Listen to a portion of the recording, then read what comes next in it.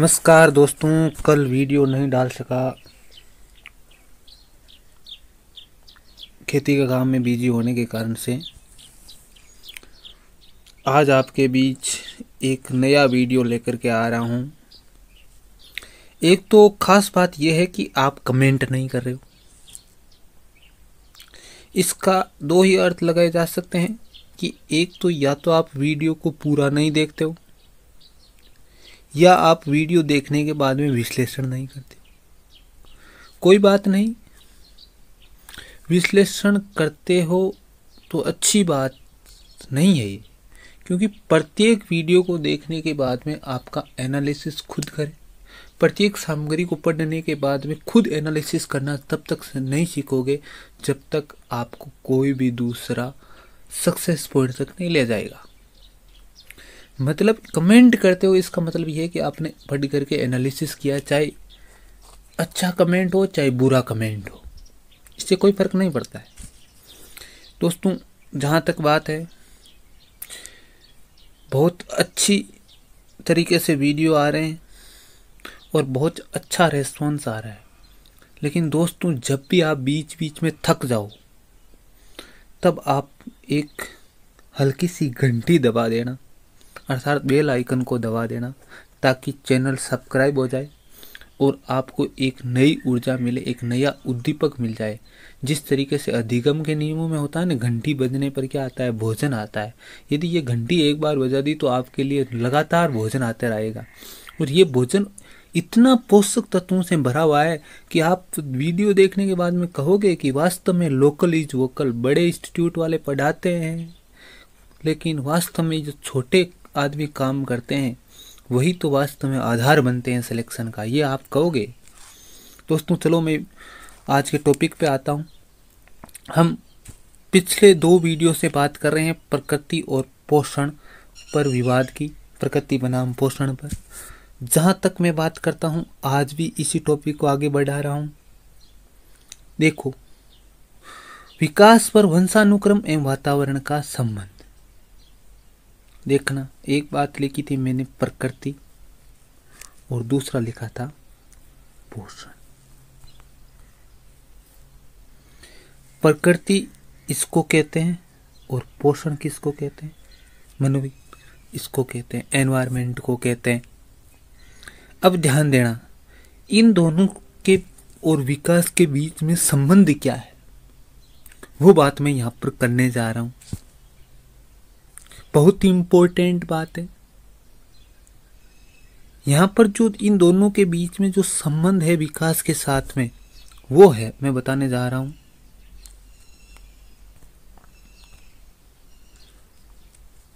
विकास, जिसको डी से लिखूंगा, इज इक्वल टू वंशानुक्रम गुणा वातावरण। अर्थात तो दूसरे शब्दों में मैं कहूं तो विकास वंशानुक्रम एवं वातावरण का गुणात्मक प्रतिफल है। यदि सरल भाषा में मैं और कहूं तो विकास वंशानुक्रम एवं वातावरण का गुणज है। अर्थात ध्यान रखना, यदि इन दोनों में से किसी एक चर को मैं नजरअंदाज कर दूं, या इसको, तो विकास क्या होगा?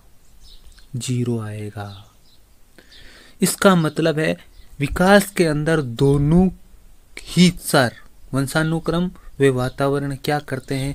एक गुणात्मक भूमिका में रहते हैं, अन्य की योगात्मक भूमिका में। ध्यान देना, सीधा सीधा प्रश्न आ सकता है, यहाँ पर प्लस का चिन्ह आ सकता है, लेकिन प्लस का चिन्ह नहीं करना है, क्योंकि प्लस का चिन्ह होगा तो 1 को 0 करने पर क्या आएगा? 1 तो मान रहेगा ही रहेगा। जबकि विकास में ऐसा नहीं होता है, क्योंकि विकास क्या होता है? वंशानुक्रम व वातावरण का गुणज होता है, मल्टीपल होता है, न कि योगात्मक, न कि वैकलनात्मक, न कि भजनात्मक। अब देखिए, इस सूत्र को देखने के बाद में जो बातें आपको मैं पढ़ाने जा रहा हूं वो देखना, बहुत ही इंपॉर्टेंट बात है। एक एक चीज पर गौर करेंगे हम। मानव विकास में वंशानुक्रम एवं वातावरण के प्रभाव को पृथक पृथक रूप से नहीं देखा जा सकता। बहुत मैंने कहा था कि ये दोनों आपस में विकास के अंतर इतने अंतर संबंधित है कि इनको हम आसानी से नहीं अलग कर सकते हैं। बहुत बड़े मनोवैज्ञानिकों की जरूरत पड़ती है अलग अलग, अर्थात वे दोनों एक दूसरे के क्या है, पूरक है। विकास में वंशानुक्रम व वातावरण क्या है, एक दूसरे के पूरक है। बहुत इंपॉर्टेंट, मतलब एक नहीं होने पर क्या हो सकता है, विकास का प्रतिफल क्या आ जाएगा, 0 आ जाएगा, विकास होगा ही नहीं। वंशानुक्रम और वातावरण की संयुक्त देन है दोस्तों, मैं बार बार कह रहा हूं। अब ध्यान देना, जो वंशानुक्रम है वो बायोलॉजिकल फैक्टर है, जबकि जो वातावरण है वो एक्सटर्नल फैक्टर है। ध्यान देना, जिस तरीके से एक पौधे को विकसित होने के लिए एक बीज व अच्छे वातावरण की जरूरत पड़ती है, उसी तरीके से एक मानव विकास के लिए वंशानुक्रम और वातावरण दोनों ही क्या रहते हैं, बहुत ही इंपॉर्टेंट रोल में रहते हैं। ये अभी तक उत्तर नहीं मिल पाया कि वंशानुक्रम एवं वातावरण में से कौन सा कारक मानव विकास को अधिक प्रभावित करता है। कथन आ सकते हैं, विकास में वंशानुक्रम वातावरण की तुलना में अधिक महत्वपूर्ण होता है। वंशानुक्रम वातावरण की तुलना में अधिक महत्वपूर्ण होता है। कुछ नहीं कहा जा सकता कि निम्न कौन महत्वपूर्ण होता है। दोनों ही अपने अपने रूप में क्या होते हैं, एक दूसरे के पूरक होते हैं। तो उत्तर कौन सा होगा, एक दूसरे के क्या होते हैं, पूरक होते हैं। ये अभी निर्धारित नहीं किया जा सकता है कि मानव विकास में वंशानुक्रम अधिक महत्वपूर्ण है या वातावरण, क्योंकि हमने जब गुणज ही कर दिया तो दोनों क्या है, बहुत ही इंटर रिलेटेड है, एक दूसरे से इतने जुड़े हुए हैं कि इनको हम पृथक पृथक रूप से नहीं देख सकते। इसका कथन का यही अर्थ लगाना है आपको। वे वंशानुक्रम के कारकों या वातावरण के प्रभावों के पारस्परिक संबंधों का परिणाम होता है। विकास क्या होता है, वंशानुक्रम के कारणों और वातावरण के प्रभावों के बीच का पारस्परिक संबंधों का क्या होता है, परिणाम होता है। समान वंशानुक्रम में समान वातावरण होने पर भी बालकों में विभिन्नताएं दिखाई जा सकती है। अतः बालक के विकास पर वंशानुक्रम वातावरण दोनों का प्रभाव पड़ता है।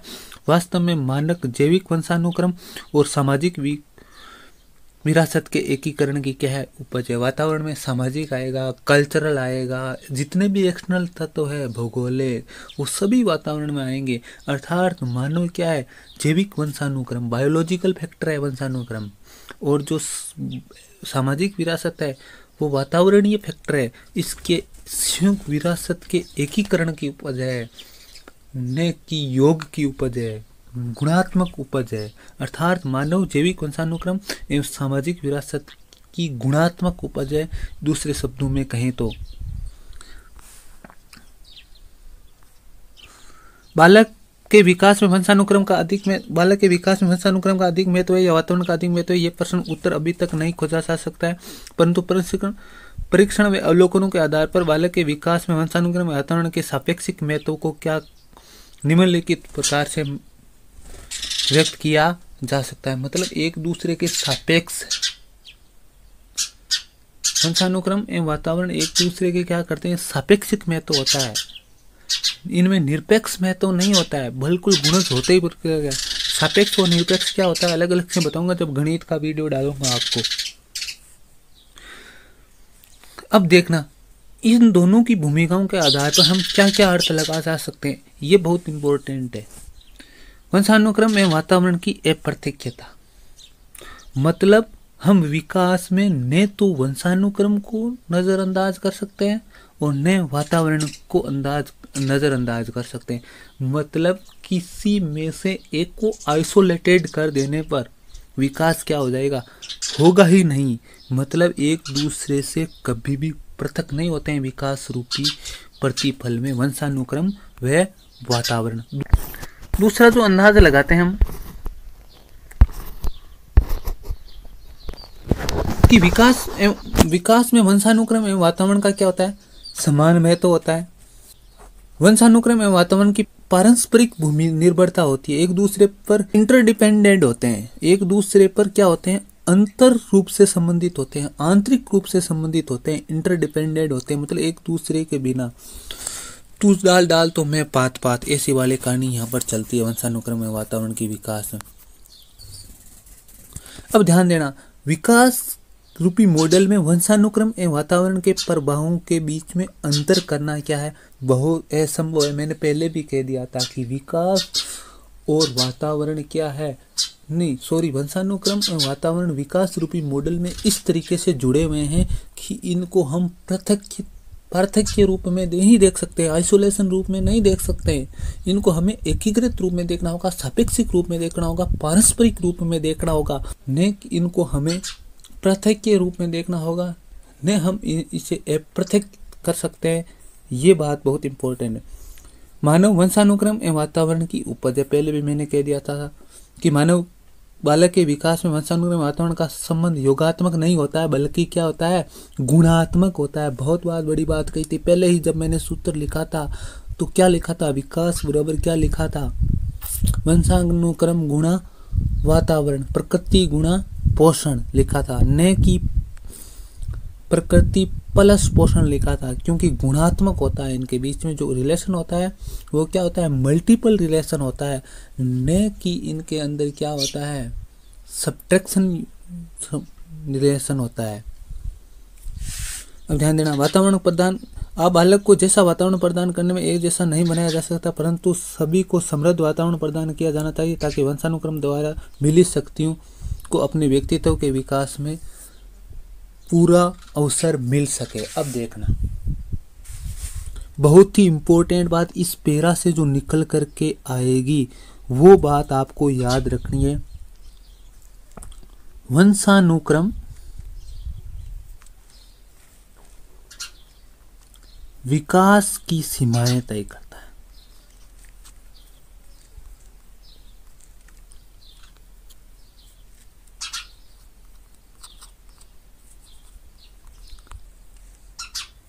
तथा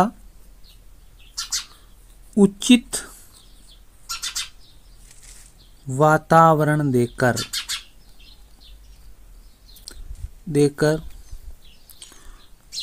उस सीमाओं तक पहुंचा जा सकता है। ये बहुत इंपॉर्टेंट बात कि देखना, अभी बात क्या लिख रहा है, इसी से प्रश्न आते हैं।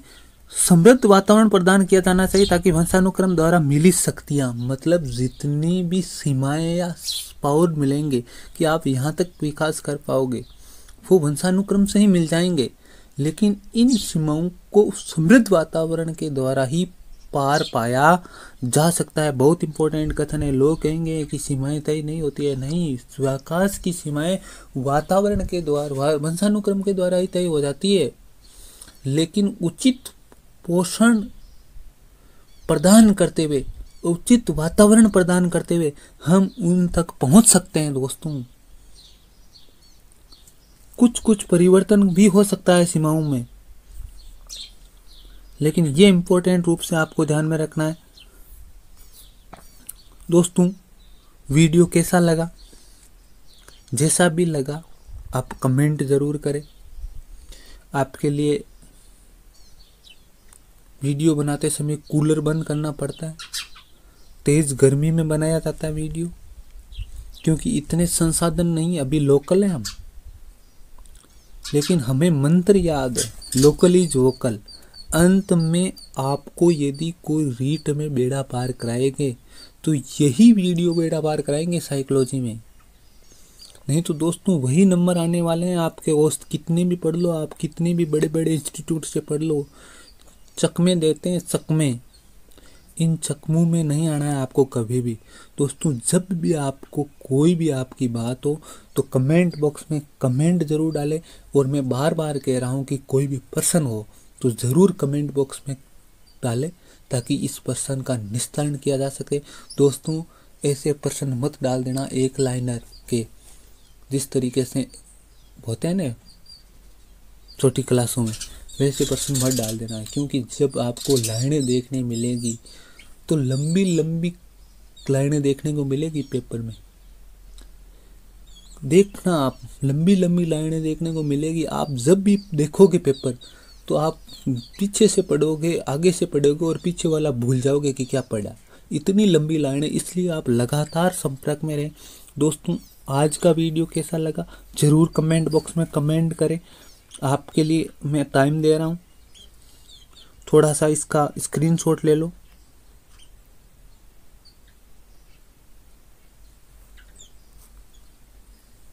इसका ले लो स्क्रीनशॉट।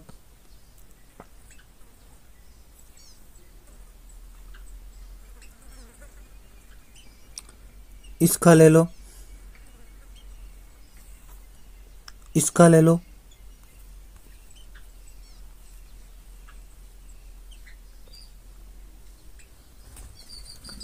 इसका ले लो,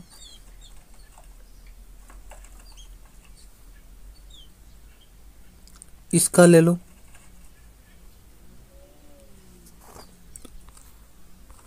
थोड़ा सा इसका भी ले लो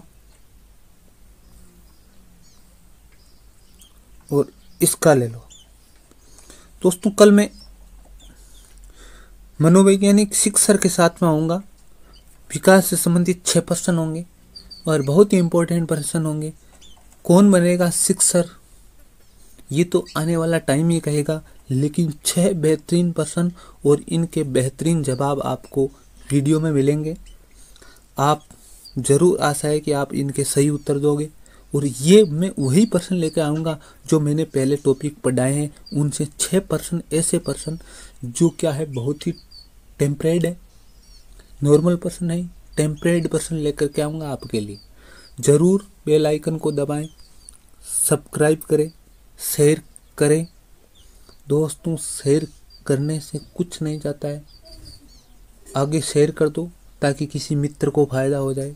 आपका फ़ायदा होगा या नहीं होगा वो तो आने वाला टाइम ही बताएगा। मेरी बातों से आप मानोगे या नहीं मानोगे, लेकिन मनोविज्ञान का जो पेपर है आप देख लो, जितने भी 126, 27, 28 नंबर आए हैं रीट में, उनका भी देख लो कि मनोविज्ञान में उनके नंबर आए हैं 15, 16, 20। लेकिन दोस्तों, आप ऐसे सर से पढ़ रहे हो, अलबेला सर से, और आपके भले ही दूसरे सब्जेक्ट में नंबर कम आ सकते हैं, लेकिन आपको मनोविज्ञान के अंदर 28, 25 से अबव नंबर आएंगे। ये ज़रूर मेरा वादा है, यदि आपने सब्सक्राइब कर लिया तो। दोस्तों, नमस्कार। पुणे वीडियो कैसा लगा, धन्यवाद। Good morning, good afternoon, good night. दोस्तों, ज़रूर सब्सक्राइब करें, शेयर करें, लेकिन कमेंट करना नहीं भूलें, क्योंकि एनालिसिस करने से बेहतर होता है। प्रत्येक वीडियो का एनालिसिस आपको करना पड़ेगा, तब जाकर के आपकी पढ़ाई क्या होगी। प्रत्येक सामग्री या कंटेंट का एनालिसिस आप खुद कर करके ही पढ़ें, ज़रूर आपको फ़ायदा होगा। दोस्तों, वीडियो कैसा लगा, धन्यवाद, धन्यवाद, आपका पुनः धन्यवाद।